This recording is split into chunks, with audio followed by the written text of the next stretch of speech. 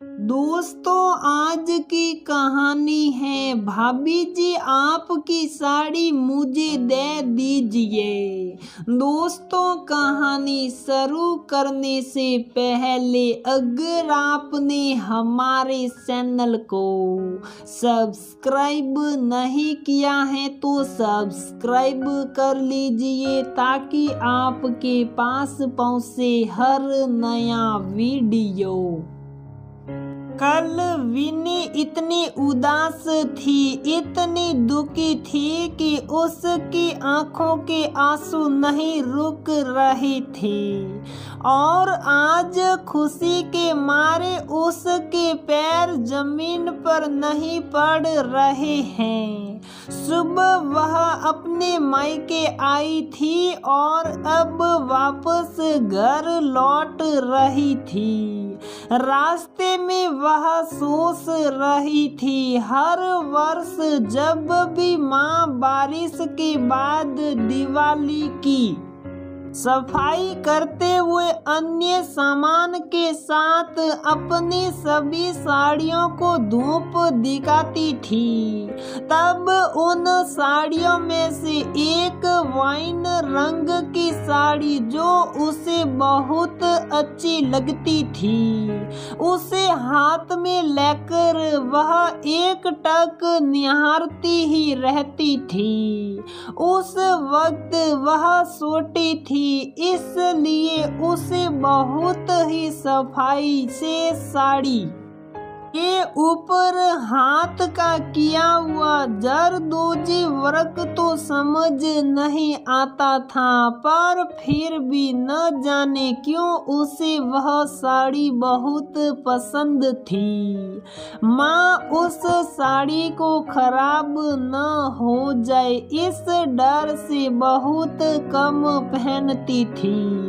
माँ खूबसूरत तो थी ही, लेकिन जब भी वे उस साड़ी को पहनती थी तो और अधिक खूबसूरत दिखने के साथ साथ बहुत ही खुश और आत्मविश्वास से भरी हुई नजर आती थी। माँ की वह साड़ी सरोज बुआ को भी बहुत पसंद थी। जब बुआ की शादी होने वाली थी तब बुआ ने दादी के द्वारा दी जाने वाली अन्य साड़ी के साथ माँ की वह साड़ी भी अपने साथ ले जाने की बहुत जिद की थी। तब बाबूजी ने माँ को कहा था, सरोज को ये साड़ी पसंद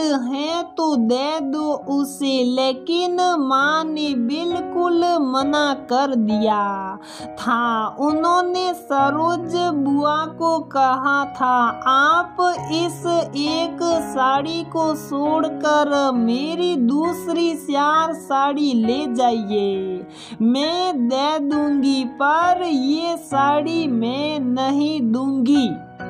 उन्होंने दादी और बुआ को तब बताया था, ये साड़ी मेरी माँ ने कारीगर को घर पर अपने सामने बैठकर बहुत दिल से मेरे लिए तैयार करवाई थी। उनका मेरे प्रति लाड, उनकी भावनाएं, उनका स्नेह, उनका आशीर्वाद मुझे इस साड़ी से महसूस होता है। तब दादी के समझाने पर बुआ मान गई थी और उन्होंने उस साड़ी को अपने संग ले जाने की जिद छोड़ दी थी। जब मैं बड़ी हुई तो सोचती थी, जब मेरी शादी होगी तब माँ जरूर मुझे वह साड़ी दे देगी। मेरी शादी की तैयारी शुरू हुई और साड़ियों की पैकिंग के समय वाइन रंग की जरदोजी वर्क की उस साड़ी को अपने साथ ले जाने की इच्छा होने के बाद भी अपने मन की बात मैं माँ को कह नहीं पाई थी, क्योंकि माँ का उस साड़ी के प्रति लगाव ही इतना था। और फिर वह साड़ी उनकी माँ ने उन्हें दी थी, लेकिन मैंने सोच रखा था अपनी शादी के किसी फंक्शन में उस साड़ी को जरूर पहनूंगी। ससुराल और मायका एक शहर में होने के कारण शादी के सभी कार्यक्रम दोनों पक्ष के एक साथ हुए थे। शादी के एक दिन पहले जब हम दोनों पति पत्नी की बनोली साथ निकली थी, उस दिन उस साड़ी को पहनकर मैंने अपनी हसरत पूरी की थी। लेकिन तब छोटी भाभी रीना का मूड खराब हो गया था उस साड़ी पर। रीना भाभी की नजर भी थी। उन्होंने भी सोचा था कि मेरी शादी के किसी एक कार्यक्रम में जरूर से वे माँ की वह साड़ी पहनेगी। उस दिन सुबह जब भाभी ने अपनी ये इच्छा माँ को बताई, तब माँ ने भाभी को बताया था वह साड़ी तो आज शाम विन्नी पहन रही है। तब भाभी अपसेट हो गई थी। वे विन्नी से उखड़ी सी ही रही। वैसे भी भाभीियों के साथ उसकी ट्यूनिंग कम ही जमती थी। 7 फेरों को लेकर वह ससुराल आ गई। 2 दिन बाद शादी का एल्बम भी आ गया। शादी के दिन के फोटो उतने सुंदर नहीं आए थे जितने बनोली वाले दिन के प्रोग्राम के फोटो सुंदर आए थे। उसके पीछे पूरा कमाल माँ की उस वाइन रंग की जरदोजी वर्क की साड़ी का था। शादी की फोटो देखकर ननद रिसा बोली थी, भाभी आप मेरी शादी में मुझे कुछ दो पर ये साड़ी अवश्य देना। तब विन्नी ने सबको बताया था कि वह साड़ी तो उसकी माँ की है और वह उसे अपने साथ नहीं लाई है। तब बुआ सास ने घर में बवाल मचा दिया था। उन्होंने कहा था कि बेटी के द्वारा शादी में पहनी गई साड़ी तो मायके वालों को बेटी को ही देनी चाहिए, तुम्हारी माँ को इतना नहीं पता। तब उसने इस परंपरा के प्रति अनभिज्ञता जाहिर करते हुए कहा था, हमारे यहाँ तो ऐसा कोई रिवाज नहीं है। तब बुआ सास ने कहा था, क्या हुआ, अब जब मायके जाओ तब लेती आना, साड़ी ही तो मांग रही है, तुम्हारी ननद तुमसे कोई गहना थोड़ी ही मांग रही है। बात आगे बढ़ते हुए विवाद में तब्दील न हो जाए ये सोचते हुए तब मैंने कह दिया था, जब दीदी की शादी होगी तब मैं वह साड़ी माँ से मांग लूंगी। और तब मैंने मन ही मन सोचा था कि तब तक तो बात आई गई हो जाएगी। अभी 3 महीने पहले माँ का अचानक निधन हो गया। 13 दिन में जब सारे क्रियाक्रम पूरे हो गए थे, मैं अपने ससुराल आ गई थी। तब से मैं एक बार भी मायके नहीं गई थी। मुझे ऐसा महसूस हो रहा था जैसे माँ के जाने के बाद अब मायका मेरा मायका नहीं बल्कि भाभीियों का घर हो गया है। कल अचानक बड़ी भाभी का फोन आया, विन्नी कल घर आ जाओ। रीना भी आई हुई है। उसकी इच्छा थी कि माँ जी की इतनी सुंदर सुंदर और महंगी महंगी साड़ियाँ पड़ी पड़ी खराब हो जाएगी तो क्यों ना उसे हम आपस में बांट ले। हमने अपनी अपनी पसंद की साड़ियाँ निकाल ली हैं और तुम्हारे लिए अलग से रख दी हैं। माँ जी के जाने के बाद तुम घर आई भी नहीं हो तो कल आ जाओ, हम मिल भी लेंगे और तुम अपना साड़ियों वाला बैग भी ले जाना। भाभी के फोन आने से मुझे खुशी तो हुई थी पर माँ को याद कर मैं दुखी भी हो गई थी। मुझे माँ की बहुत याद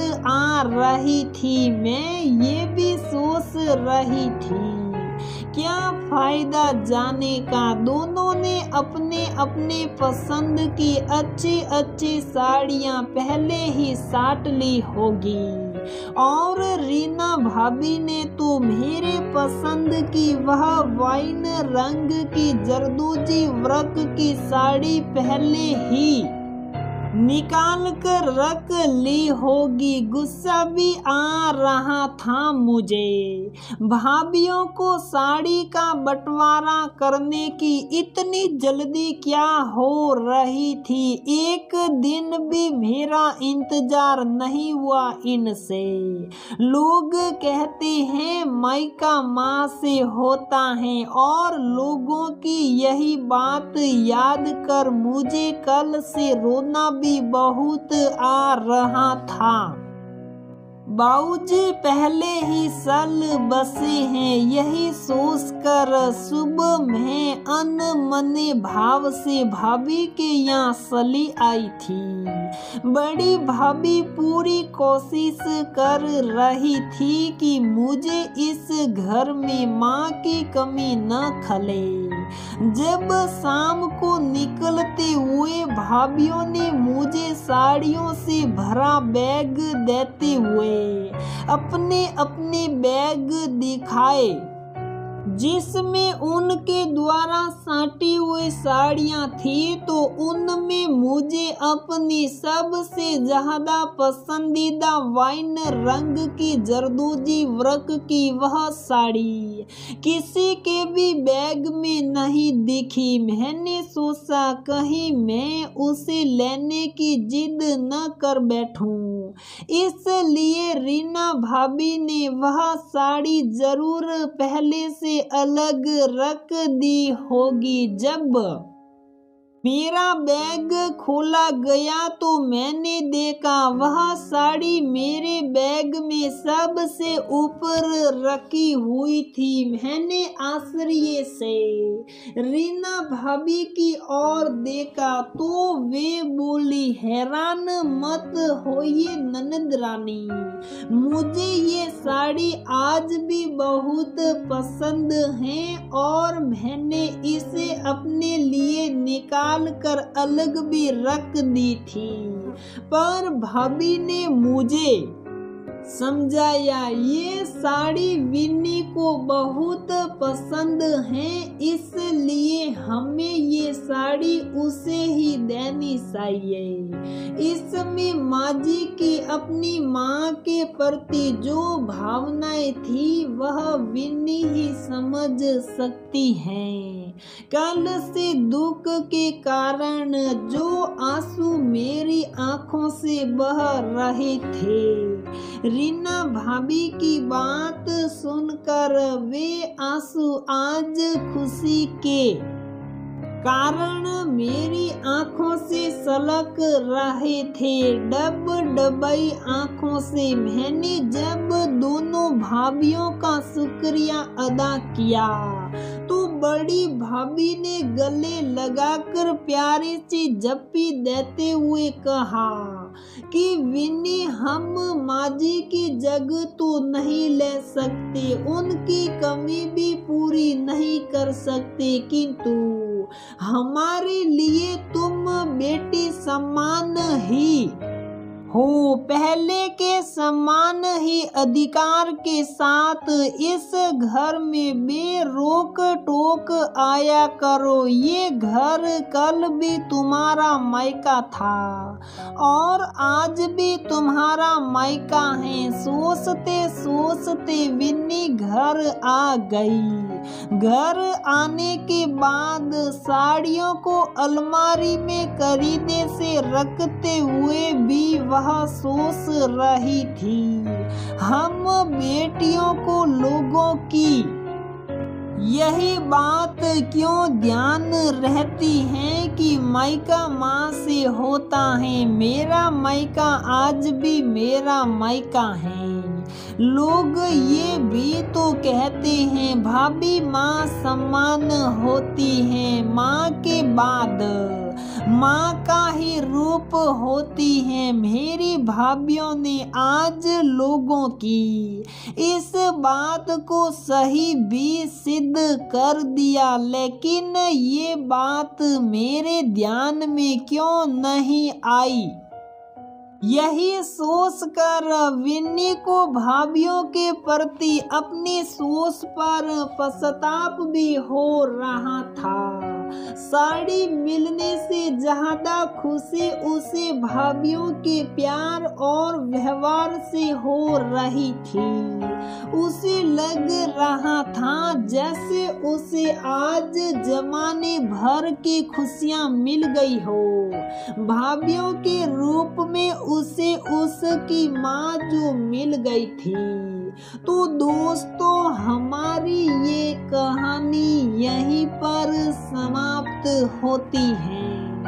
अगर आपको हमारी ये कहानी पसंद आती है तो प्लीज वीडियो को लाइक करें, शेयर करें और हमारे चैनल को सब्सक्राइब जरूर करें।